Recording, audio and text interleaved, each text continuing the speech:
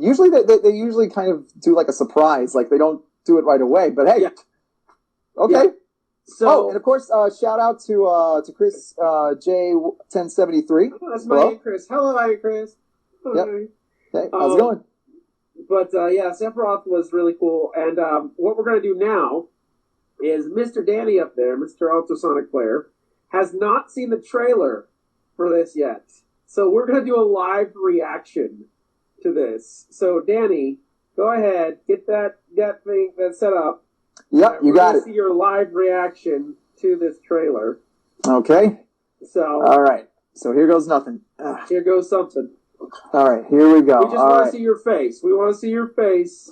All right. See what happens when you see this trailer. All right. Okay, here we go, folks. Here we go. 3, 2, 1, go. Okay. Ads. That was anticlimactic. I know, right? Well, again, I'm watching from YouTube, so that's on me. Yeah. And here we go. All right, here we go. I love that snap. A few moments later. Sephiroth, why can't you just be a good boy and just lie down and be dead? So, ladies and gentlemen, that was a live reaction of Mr. Danny, the Ultrasonic Player, seeing Sephiroth's announcement trailer. Okay, yeah. I think I need a second, maybe 10 seconds or so. I mean, bro, like that's why that was my reaction when I first saw it. I mean, again, I only saw a screenshot or two, but this was not. Okay, yeah. I mean, he almost killed Mario. Yeah, I mean, just like for a moment there, I thought he did it. I thought he did to Mario what he did to Eric. I mean, jeez. And mind you, I haven't gotten to that point, but even I know what happened. Luckily, Mario wears suspenders. Yeah, good thing. Ugh. And just the footage that showed everybody just trying to gang up on him and just throwing everything they have at him. The only character we didn't see, the only characters that we haven't seen go mano a mano with Sephiroth was Link and Ganondorf, and I wonder why that's the case. Oh, Sakurai Sensei, care to explain that?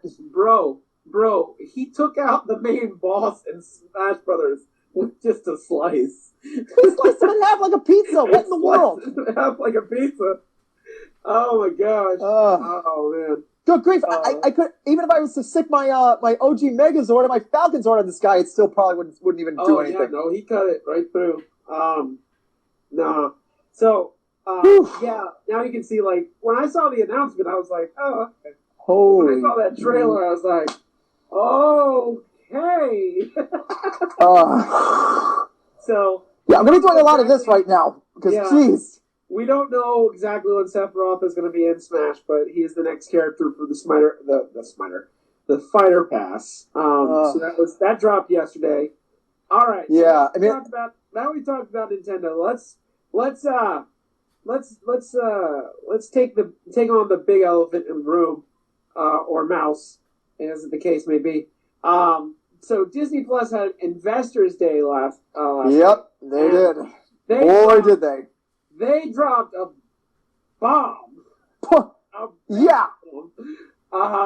They dropped so much stuff, so much news. I don't think we're going to get to all this news. No. I think for that it would take more than one sitting. But let's see if we can try and let's see if we can try and break down what we know.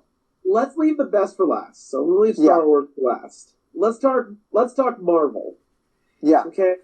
So a whole bunch of series have been announced, plus some movies. Yep. So no, some of them we already knew about. So Doctor Strange, Captain Marvel 2, which was announced, which I wasn't surprised about. No. We also got a Guardians of the Galaxy holiday special, which I think is hilarious. Yep. We got a new trailer for WandaVision. We got a first look at Falcon and Winter Soldier, which I'm super excited about. Yep. We got the announcement that there's going to be a new Ant-Man and Wasp movie. Yes. That there's going to be there's a couple series coming out. We got She-Hulk. We got Miss Marvel. We got so many series. Moon Knight. We have there's a Groot series that's coming out. Yep. The one I'm super excited about is the What If series. Yes. So this is going to be an animated series, and it's going to take elements from the movies and slightly tweak them to see what would happen. Yep. So, for example, the first example they gave was, what if Peggy Carter was given the super soldier serum instead of Steve Rogers? Yep. So you get to see what would happen. Yep. So you get to see Peggy Carter as the super soldier instead of Steve Rogers. So that's going to be interesting. Yep. Yeah. I mean, for me, I would say just about everything. Everything just about every single series that they've announced, I am basically stoked for. What are you out of the Marvel stuff? And now we didn't even mention all of it. Like, there's still more stuff that we've mentioned. And let's not even talk about the fact that it's been confirmed that all the original Spider-Men are going to be in the new Spider-Man movie. That's what I've heard, and I'm just like, whoa, okay, wow. I mean, I don't know if they're trying to piggyback off of the incredible success that the Into the Spider-Verse animated film was, and let's face it, that was an animated film that didn't just deserve was it I keep forgetting, Oscar or Academy Award? Yeah, Academy Award for Best Animated Film. That movie should have also been considered for Best Film as well. Yeah. You know, I mean, personally, I think they actually... So we're getting a live-action Spider-Verse. Yeah, I mean... So that's going to be cool. Yeah, I mean, if they, as long as they do it right, that's the key thing. As long as they do it right, you've got yourself a good a smash hit. I think they will. I'm hoping. There's a lot of stuff announced, and you and I both know, as well as our audience watching this, knows that not everything on this list is going to stick. No, especially if you're talking about series. Yeah. But I am excited for What If. I'm excited for Falcon and Winter Soldier. Oh yeah. WandaVision looks pretty cool, but very trippy. Yeah, and I think that's by design. Yeah. Oh yeah. By design. And then I want to know what this Guardians of the Galaxy holiday special. Yeah, I'm willing to bet it's probably going to be something really, really, I think it's going to be something really, really something. Well, here's a kicker. Apparently, James Gunn is a big fan of the Star Wars holiday special. Well, to be fair, look, I myself have not seen the holiday special, but I've heard stories. Mm-hmm. So, I mean... granted, I still have to see the Lego Star Wars Star Wars holiday special. Cute. It's cute. It is on my to-do list, especially now that I'm done with classes for the moment. It's cute. I will say, also, most of the films are dealing with the multiverse. Yes. Doctor Strange with the Multiverse of Madness. You have Ant-Man and the Wasp is dealing with the Quantumanium. Yeah. You have Spider-Man dealing with, alternate Spider-Verses. You have WandaVision, which is going to apparently introduce the whole concept of the multiverse? Yeah, concept of the multiverse. So we have a bunch of stuff introducing. So, and then, of course, they said that Christian Bale is going to be the main villain for Thor: Love and Thunder. Yep. And again, that was pretty shocking when I found that out. But again, given Christian Bale's talent as an actor, I mean, the guy is a chameleon. I mean, he can become any character. So, honestly, let him do his thing, and no matter what, you're going to love him in what he does. Oh yeah. So there's a lot of really good Marvel stuff coming out. I'm very excited for what is coming out in the future. So yeah, Marvel is very good. Any closing arguments? Any closing statements for Marvel? Anything else that we haven't covered yet? Well, first off, I just want to tie it all up by saying, look, for me, I'm looking forward to a lot of the shows. But the specific ones that I like are WandaVision. Yeah. Because again, as a kid, I grew up watching a lot of reruns of the Batman '66 show, I Love Lucy, and a few other ones. And so I do like the idea that it's kind of tapping into a little bit or giving a little throwback to those classic TV shows. Right. Those are always good. And especially Falcon and Winter Soldier. My gosh, that's again that's going to be pretty awesome. And even one show that I noticed.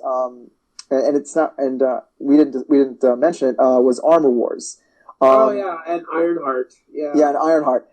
Those two things I'm really looking forward to because those two things kind of harken back to something that Tony Stark had said, namely in Iron Man 2, when he was during the expo when he was talking about legacy and what we choose to leave behind and things like that, and as well as during Iron Man 2, Tony was making it very clear that he didn't want his suits ending up in the wrong hands. Right. And I think Armor Wars, from what I understand, is kind of toying with that idea of, okay, well, what would happen if some of that tech got in the wrong hands? And with Don Cheadle attached to it, it's him finally also, Rhodey finally getting his due and showing, right. Hey, he can definitely hold his own as a solo guy too. Right. And we don't know which is going to come first. As far as I know, we don't know. And if you guys are in the chat and you know the answer to this, feel free to answer. But we don't know whether Ironheart is going to come first or if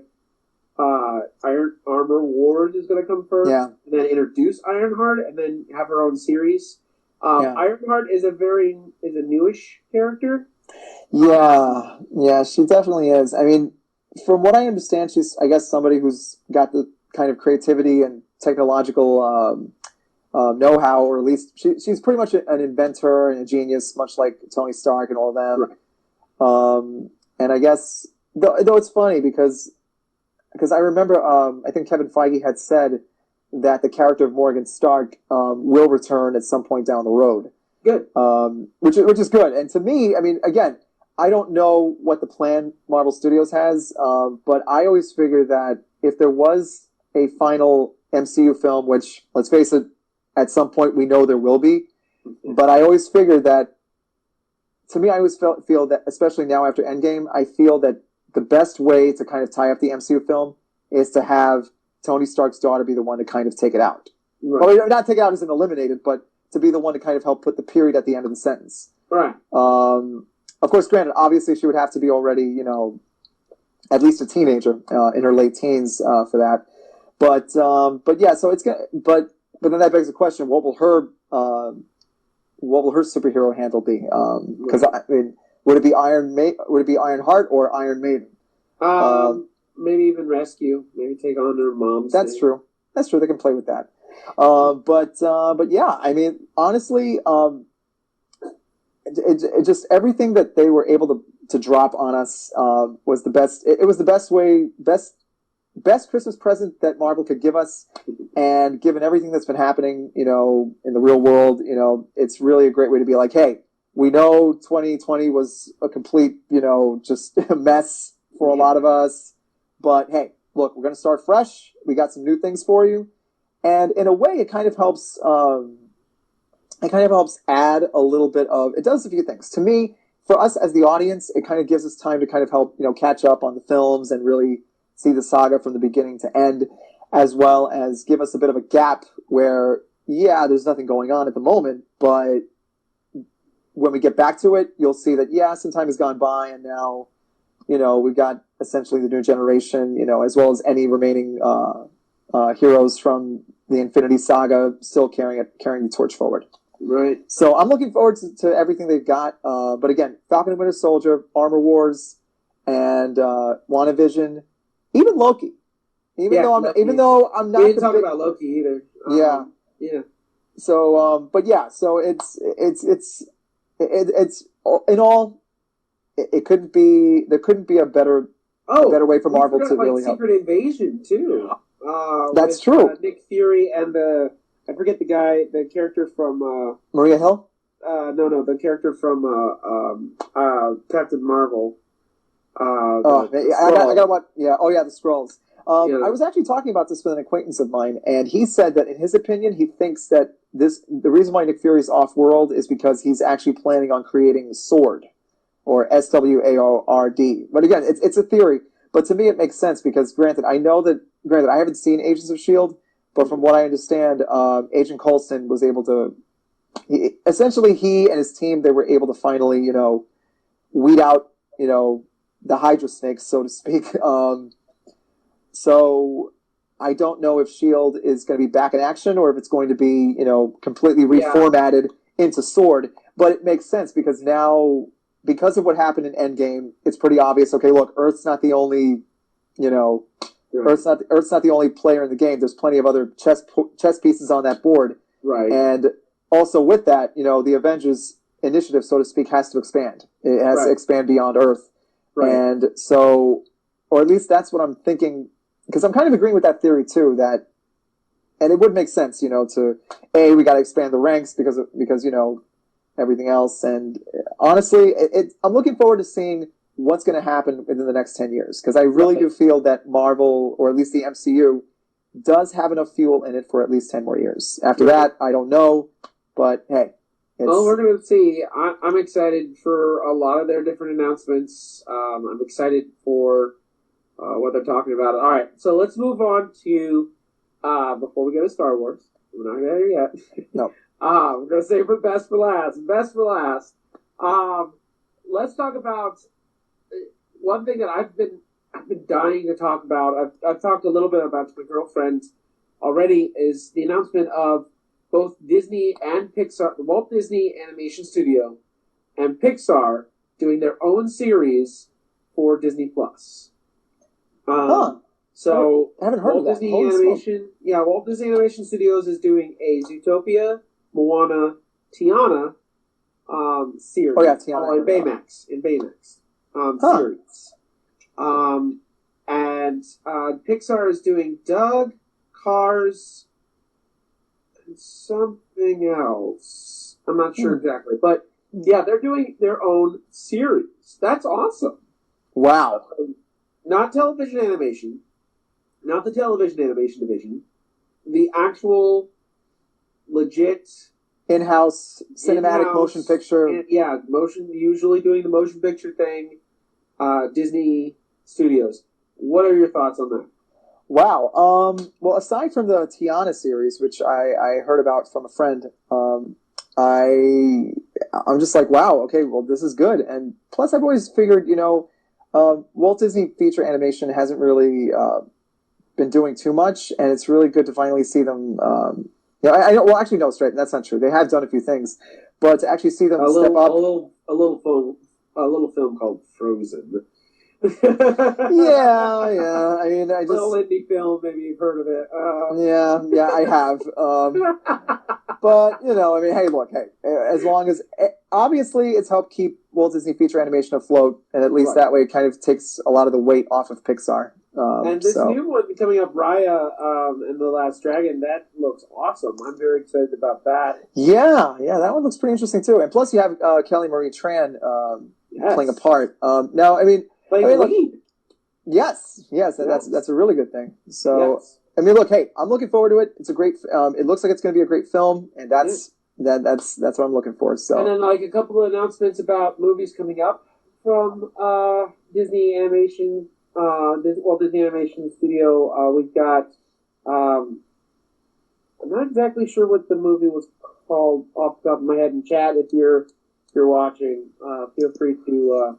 Yes, if you know, please tell us. But this is supposed to be taking place in Colombia.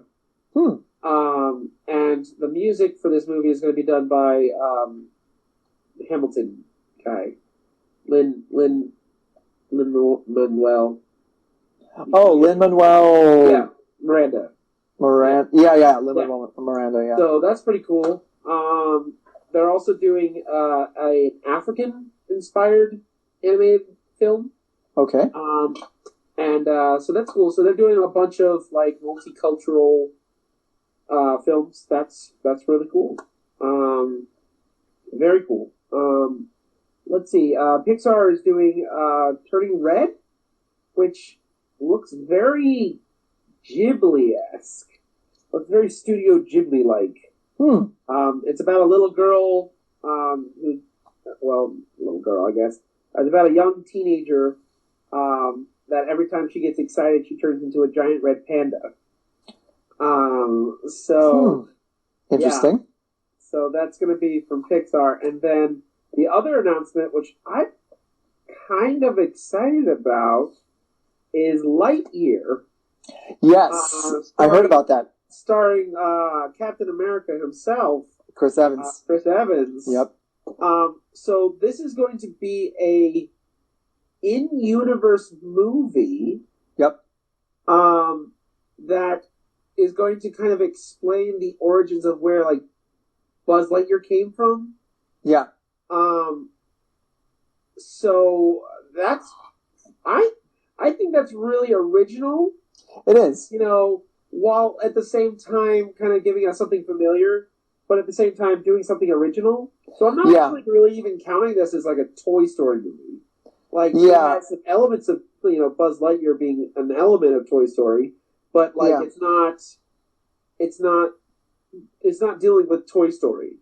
No. And when I first heard about it, I thought it was that, and at first I thought, oh, okay, maybe they're going to do like a prequel of sorts, where who was Buzz Lightyear before he became Buzz Lightyear? You know, that sort of thing. But I did look it up some more information. It turns out, like you said, it's more of an in-universe thing where the character of Buzz Lightyear that we know was actually modeled after this other character, who is, you know, the real McCoy, so to speak. Yeah, so this will be like the actual movie that spawned the figures. Yep. So that's a pretty cool idea. I like that. Can't wait to see Chris Evans jump into that role.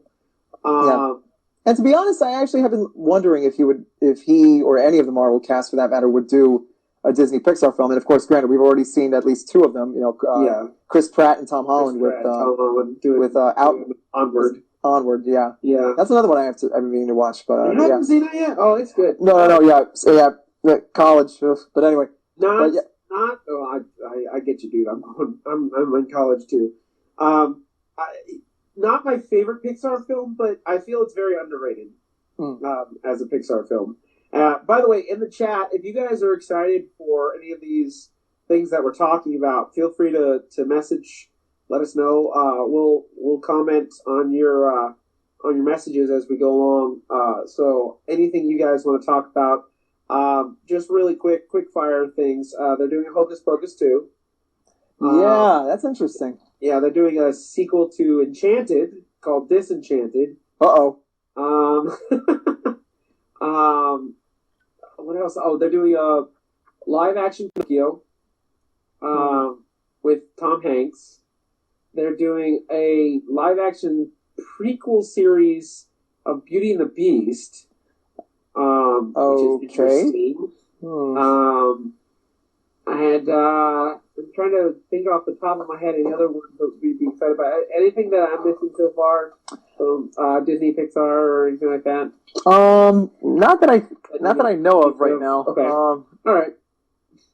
Well then, let's jump into it. Let's jump into the big one. Yep. Oh boy. Boy, is it a big one. Oh boy. All right. Here we go. Buckle up, ladies and gentlemen. Here we go. We're going to light speed here. Yep. Punch it, Chewie. We are going to Star Wars. Let's talk Star Wars. Yep. So, first, let's start off with our reactions to season 2 of The Mandalorian. Danny, what do you think? I don't know your thoughts about it yet, but what do you? Now, I haven't seen the newest episode yet. Okay. Please, no spoilers. No spoilers. Yep. That means you, Tom Holland. No spoilers. No you spoilers. And Mark Ruffalo. Seriously. Yeah. No spoilers. We'll be watching you. But really, it's all good. Oh my gosh. So far, season 2 of Mandalorian, it has been. it has taken everything that we know from season 1 and just amped it up to a whole other level. And even with the things they've done, they keep surprising us. And that is a testament to both Jon Favreau, Dave Filoni, and the crew that they've assembled to really make it work. Because let me tell you, I mean, it just when you think that they've topped themselves, they top it even more. Yeah. And again, I will not spoil. And again, in keeping with what we've agreed on, I am not going to spoil the recent episode. I am not doing that. Please do not. However, though, that being said, I will say about the ones before this week's episode had dropped. For example, the reintroduction of not one but 2 fan favorite characters that people know. Specifically, if you've seen Clone Wars and Rebels, and I would say 3 characters. Who's the third? You're missing. Crap. What is her name? Oh wait! I know which one you're talking about. Oh my gosh! Yes. 3. My mistake. I was wrong. 3 characters. Because let me tell you. Oh my gosh. Yes. First off, let's begin with everyone's favorite night owl, Bo-Katan Kryze. Yes, that's the and again, not just the fact that she was brought to live action, but the fact that they were able to bring the same actress. Hey Tristan. Hey Tristan, what's up? But the fact that they were able to bring in the same actress who voiced her in the animated series, both Clone Wars and Rebels, but they were able to bring her in, and it is a seamless transformation, and that is no easy task. Yeah. This is because usually for actors who work in animation, usually they look nothing like their characters at all. None. Exactly.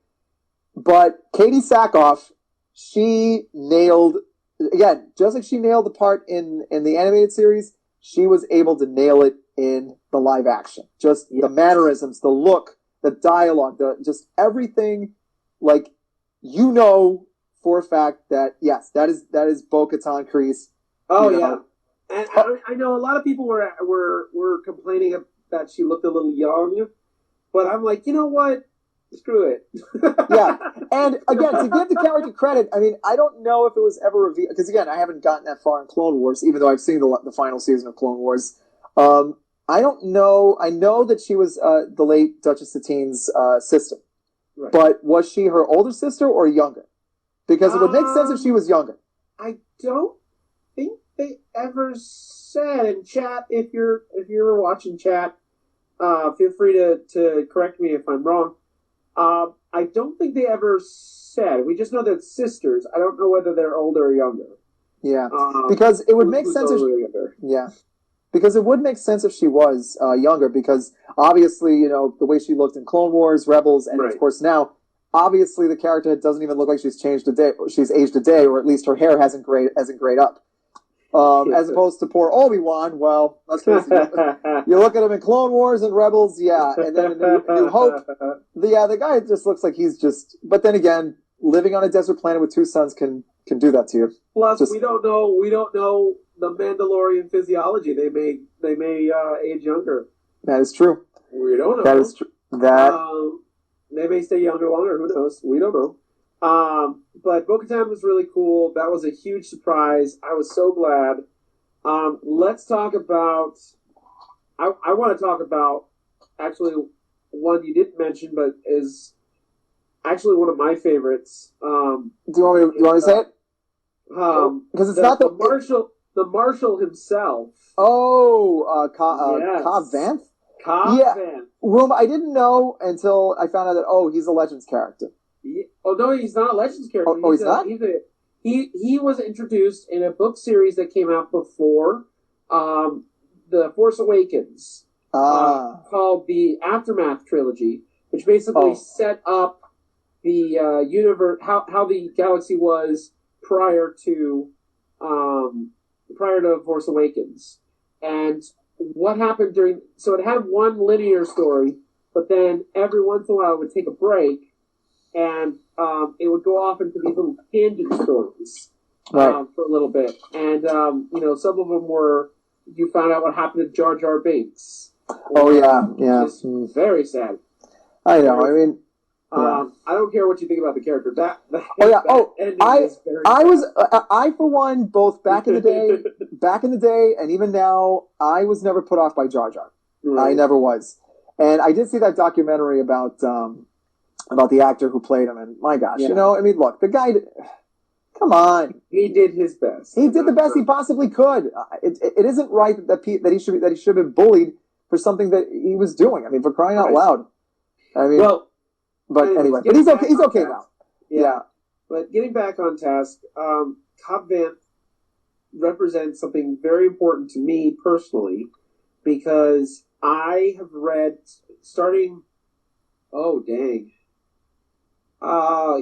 in 2017, I have consistently read pretty much not every single one, but I would say probably about at least 80% of all the Star Wars books that have come out. And I love a lot of those books. Those books are awesome. The Thrawn trilogy, even the new one, I kind of like the new one. I can't wait to see where it goes with that. One of my favorite Star Wars books was called Lost Stars. It's kind of a Romeo and Juliet kind of love story, but it's still really good. And it set up Force Awakens nicely.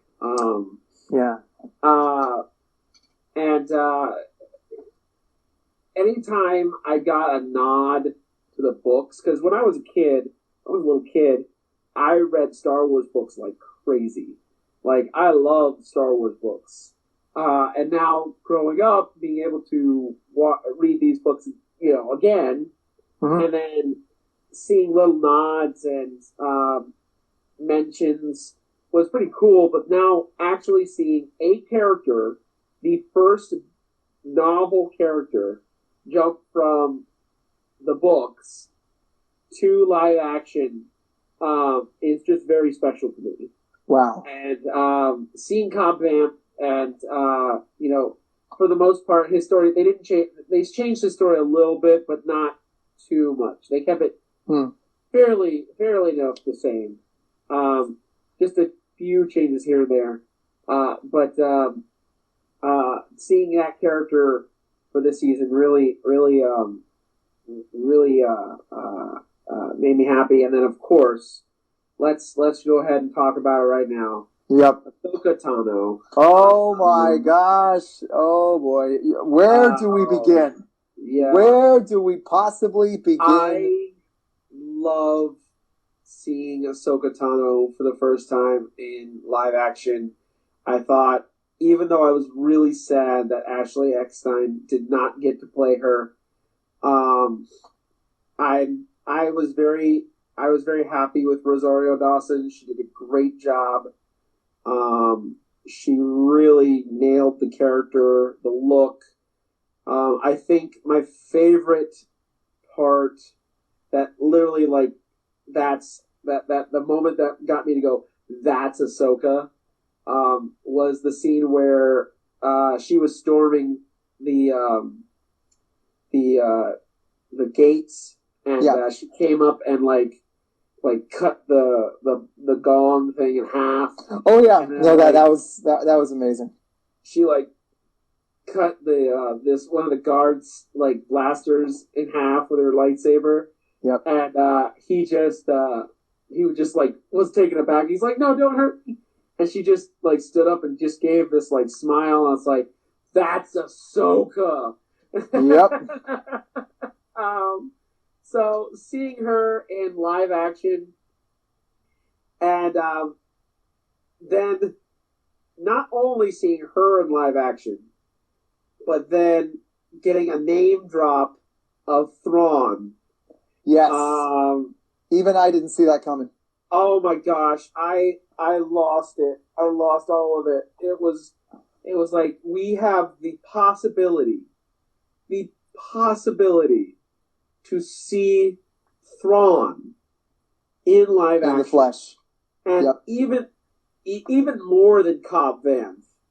This means so much more to me Now, I was not a huge fan of Thrawn prior to his reinsertion in the Star Wars canon. Yeah. I thought it was a cool character. I read the Thrawn trilogy, the original one, when I was a kid. I thought it was pretty cool. I just never, it never clicked. However, this new Thrawn, I really like this new Thrawn, and I've read all the books done by Timothy Zahn. I've watched Rebels. It's a really great character, and the opportunity to have him in live action, just the sheer thought that this might actually happen, and we're going to actually talk about how this is even a greater possibility because of what was announced yesterday. Oh boy, is really great, and I'm very happy. So let's get into it. Yeah. So now that you've heard our thoughts on The Mandalorian, Disney announced 2 spin-off series from The Mandalorian. Yep. One being Ahsoka, which is really cool, and then the other being Rangers of the New Republic. Yeah. So apparently in season 2 they kind of introduced this, and apparently Cara Dune is going to be part of it. That was the insignia, the little thing that they gave her. So apparently these 2 not only are going to be spin-off series, but apparently these series will at one point commingle and go into one. So basically it's almost kind of like, okay, yeah, we have here, but now we're building up to like an Avengers type thing, or right. So, or maybe not like that, but close to it. So this is why I'm really thinking Thrawn is almost a guarantee now that we're going to get him in live action. I'm very excited about that. Now, I don't know much about Rangers of the New Republic, but an Ahsoka series, that's going to be interesting.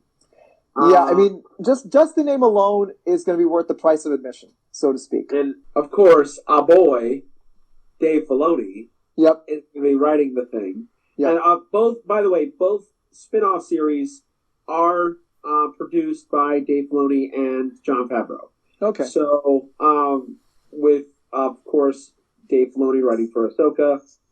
Now, I don't know who's doing Rangers of the New Republic. And again, chat, if you're listening and you know more than we do, feel free to, we'll add your info into the thing, but in the discussion, but that's pretty cool. I'm excited about that. Yeah. Let's talk about the other things that go ahead.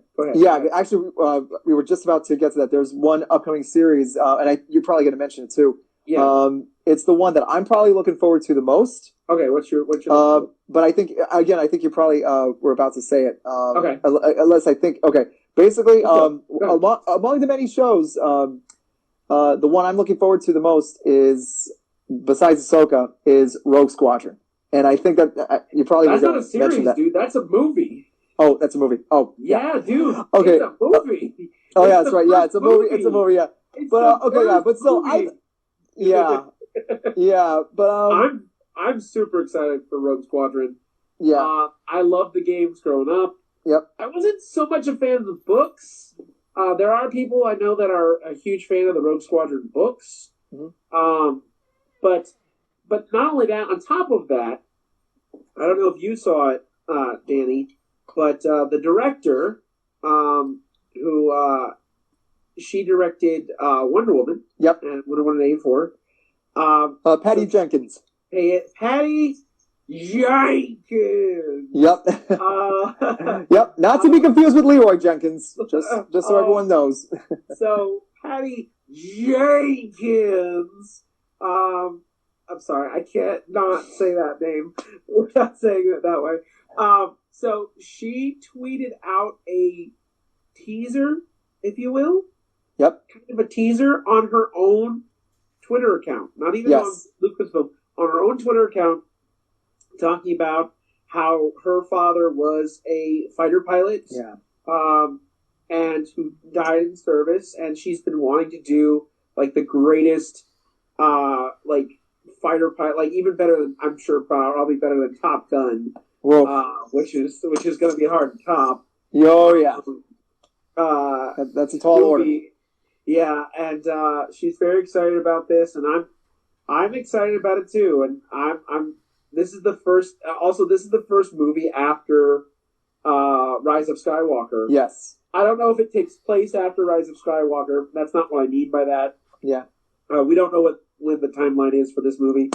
But this is the first movie that literally is being released after Rise of Skywalker. Yeah. And essentially is going to be setting up the future of Star Wars films. And I'm very, very excited for this film, and I have very high expectations for it. Yeah. What about you there, Danny? Well, for me, I am looking forward to it a great deal. Because personally, I hope that it actually takes place after the events of Rise of Skywalker, because I feel that from this point on, I think it would make more sense to actually have it take place, maybe not like a millennium after the events of Rise of Skywalker, but maybe a few decades or several years after this.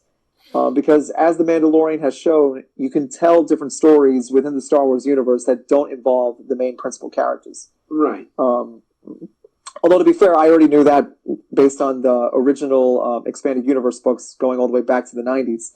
So right. I knew that, it's a big galaxy. Oh, it is. So you can you can play with. And just kind of giving it that sort of, telling a Star Wars story that has that sort of Top Gun feel would work. Because again, I mean, a lot of the things that George Lucas took inspiration from was things like old school, dogfighting. Right. And of course, the samurai films by Kurosawa or Westerns. So, and now I think that's why I think Star Wars was testing the waters with like a video game like Squadrons, and books like Alphabet Squadron. I think Lucasfilm was testing the waters to see what if people would be interested in both Alphabet Squadron books and Squadrons. I feel sold pretty well, and that's good. There's a market out for those things, and forgive me for plugging my own thing, but for those of you who don't know, I stream on Twitch, and I actually streamed all of the entire story mode for Squadrons. And it was a pretty good game. It reminded me a lot of the old Squadrons, the old Rogue Squadron video game. A lot, but I think there's definitely an audience for it, and I think if they do it well, I think it'll definitely usher in a new era of Star Wars, and I think that's really cool. Let's move on to a couple of the new series, a couple of the other series that they announced. So Andor, which is they showed a sizzle reel for Andor. Now, for those of you who are not in the know, this is going to be a series taking place before Rogue One, and it's going to follow one of Rogue One's cast members, Cassian Andor. Yep. Kind of his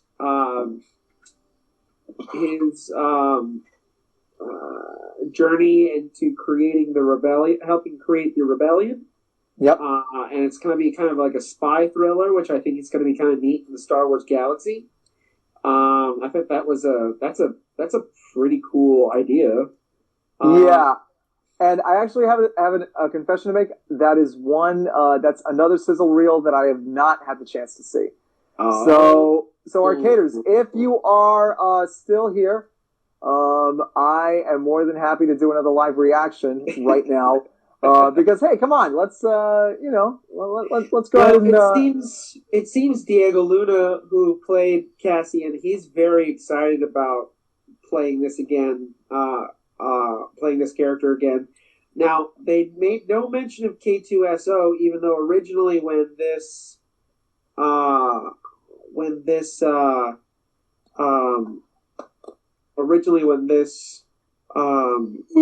series was announced, they said K2SO is going to be in it.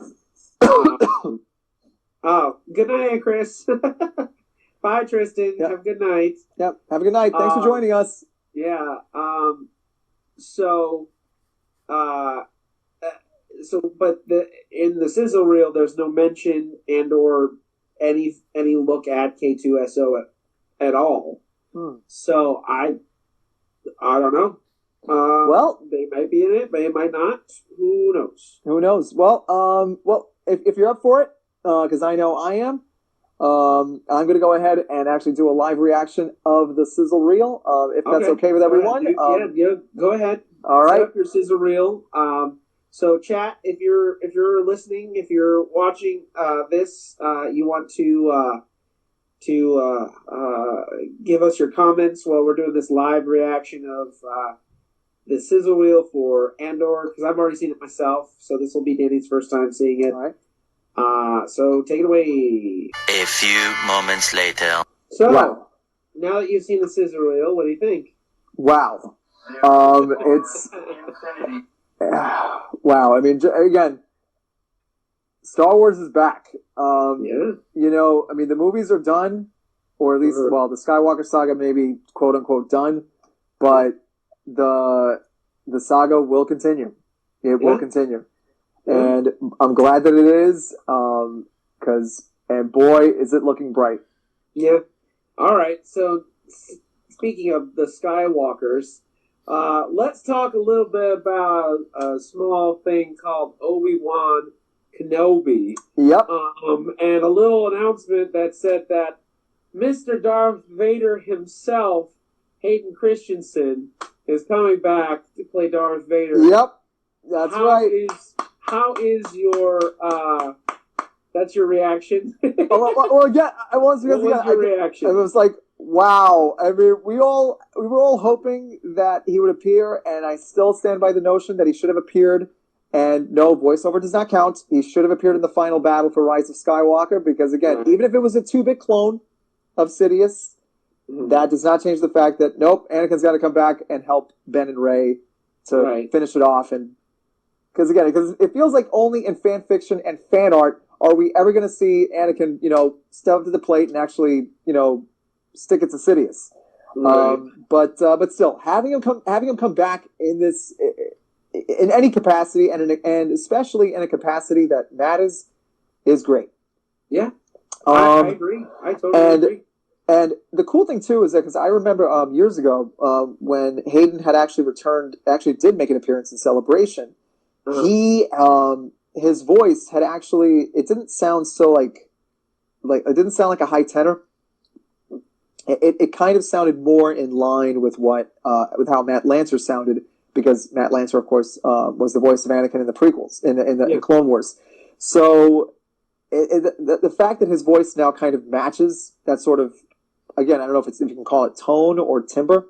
Right. It would make sense for him to be there both in the Vader suit and even in flashback form. Right. Because it's one of those things where I know that, again, as I've said before in previous podcast episodes, Hayden Christensen, Natalie Portman, and Ewan McGregor did the best they could with what they had to work with. Oh, yeah. But I do feel it's interesting that because when you put in the Clone Wars and then you watch and then you watch Revenge of the Sith, everything fits, everything flows. Yeah. Like you see, though I'm pretty sure, because I don't know if Hayden or Natalie or even Ewan have ever seen the Clone Wars. I'm sure they're probably going to get a crash course for Obi-Wan. Yeah, but I do feel, although granted, it would be interesting to see, how would they have approached their characters if they had everything that we know from the Clone Wars. Yeah. Because, I'm pretty sure in Hayden and Natalie's case, it definitely been like, okay, yeah, this is why, this is this, and everything else. But still, hey, I wanted to see Hayden Christensen back. I, for one, never had a problem with him. Never did. Still don't. But still, having him come back and being able to really, I think it's going to do exactly for the character the same way bringing back Tamora Morrison as Boba Fett, and again, and that's another thing too. I mean, good grief! I mean, because up to that point, it's like it's with characters that you only know of by reputation or things that they've only done off screen or in the books or in the comic books, but seeing them like in live action, doing the things that they should do and have done, it's on a whole different thing, especially when it's done right. And even seeing them do things we didn't even know they could do. Oh yeah, is really cool. But let's move on because it's getting kind of late. And, yeah, same here. Make sure we talk about everything. Yeah. So really quickly, The Bad Batch. Oh yeah, that's another one. I'm really excited about it. I think it's a great spin-off series to Clone Wars. I'm excited to see, because the biggest draw to that series is getting to see what happened to the clones after Order 66. Yeah. That's going to be really intriguing, I think. We're also probably going to see a young Fennec Shan, which is going to connect it to Mandalorian. Yep. I think that's awesome. So if you haven't seen the trailer yet, it's a great trailer. We get to see a whole bunch of stuff. I wasn't a huge fan of the Bad Batch, but I didn't hate them either. I thought they were pretty cool. I kind of wanted to see a video game in the vein of, if you remember Republic Commando. Yeah. Back in the day. I kind of wish Yeah. they would make a Republic Commando type game with these characters. I think that would be pretty cool. Yeah.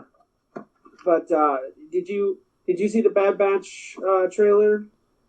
Nope, not that one. Okay. That's okay. Well, we'll do a live reaction because we don't really get this up, but you see it. It's really, really good.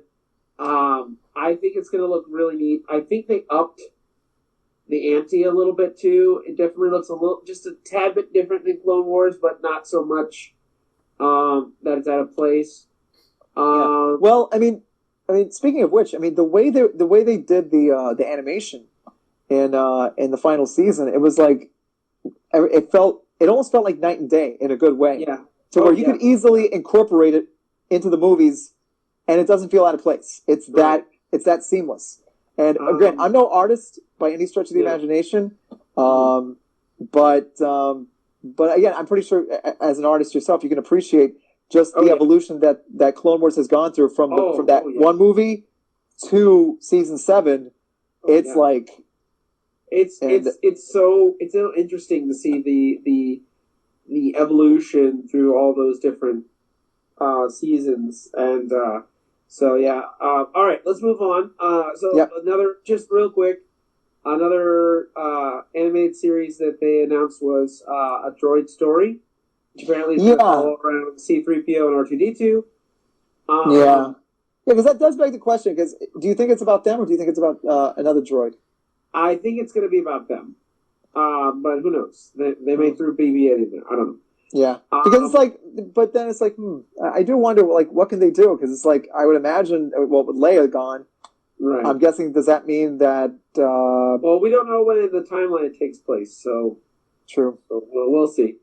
Another one I'm excited about. I can't talk too long about it because we got to hurry this along. But Star Wars Visions.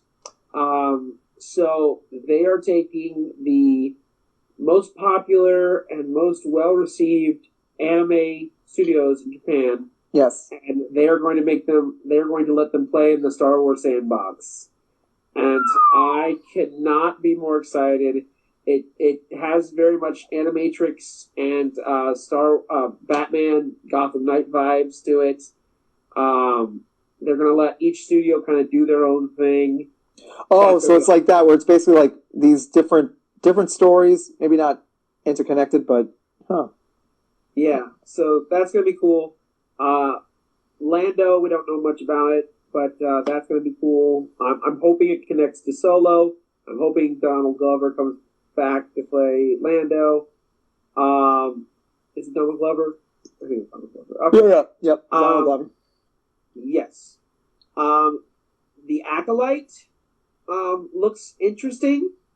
I didn't know exactly what it was about. Then I looked up some information, Apparently, this is going to take place at the end of the new era of Star Wars that the books and comics are going to be taking place in, called the High Republic, which takes place 200 years before Episode 1. Oh yeah. So they're doing a series called Acolyte, which is going to take place near the end of that series. And by the description of it, it seems like, and again, this is just Joshua's speculation, it seems like they may actually show where Palpatine came from. So that might be interesting. Yeah, because we know that he was born. We know he grew up on Naboo. Yeah. He was born. He was born there, if not grew up there. So right. I guess the question would be like, okay. Yeah. So that seems pretty cool. I'm excited about that. Let's see. I'm trying to rack my brain. Is there anything else we haven't talked about yet? I think we pretty much covered the main bases. There may have been like maybe one or two things, but I can't really think of them. I'm trying to think of any other Star Wars announcement they announced. Oh, Willow. Let's talk really quickly. Okay, yeah. Star Wars. Willow, I'm excited about. I like Willow. Willow was a great movie, although I just saw it recently. So I liked it. It was fun. I can't wait to see what they do with the series. So that's pretty cool. They're working on an Indiana Jones movie. Yeah, I was wondering if they were ever going to get around to doing that again. Apparently Harrison Ford is coming back. Cool.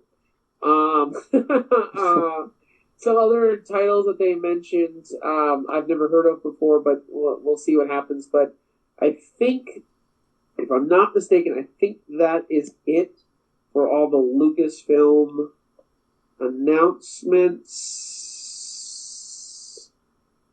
So, yeah. All right. Well, I mean, that's a lot of news, folks, and I'm sure we haven't even really scratched the surface of all the different things they announced. But suffice it to say, we have a lot of things to be excited for. Oh, yeah. In the next coming years. This is going to be a big year for Disney Plus. Warner Brothers throwing down the gauntlet, saying that all their movies are coming out on HBO Max the same day as the theater. Yeah, that's kind of been a point of contention with some directors. One of them being Chris Nolan. Right. So that's a big thing, and then Disney. It seems like Disney is going to do the Premiere Plus thing that they did for Mulan for their films. So they'll release it same day for premium, like a premium thing, and then if you want to go see it in the theaters, go see it in the theaters.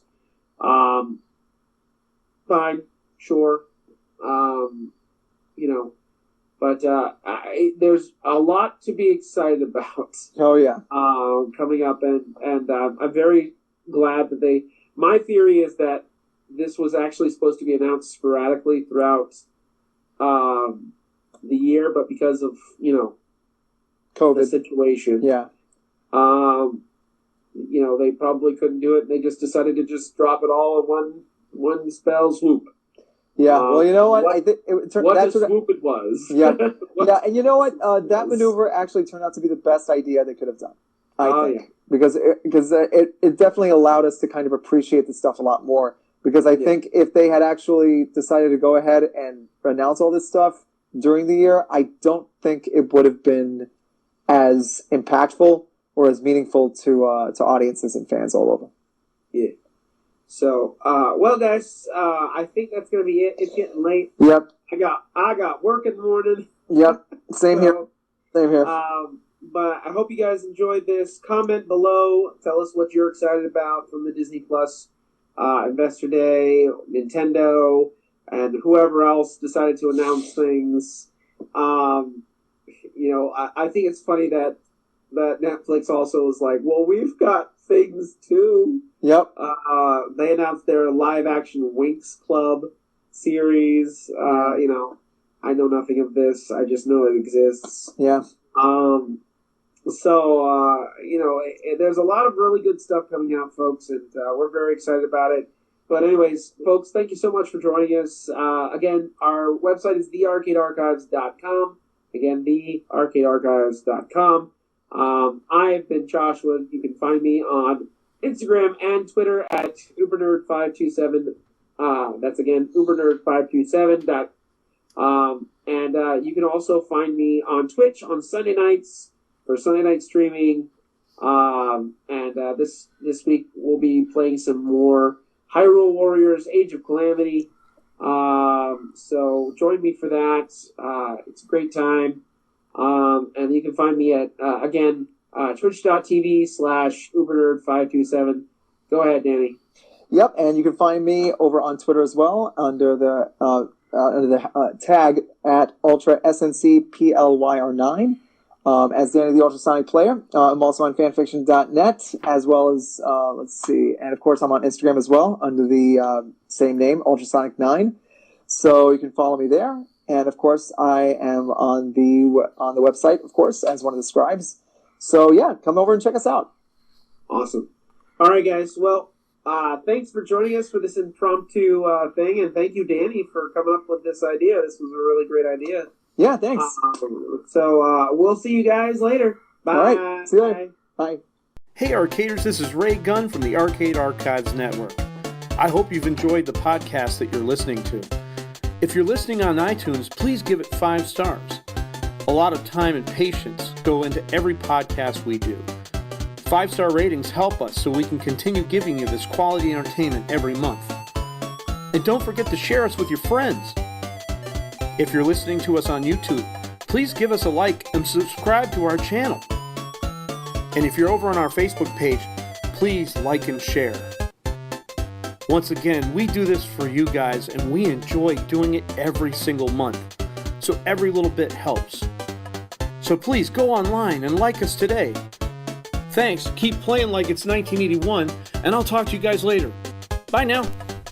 The Electric Circus is a part of the Arcade Archives Network and is produced by What's This Button Do Productions. Hey guys, what's this button do?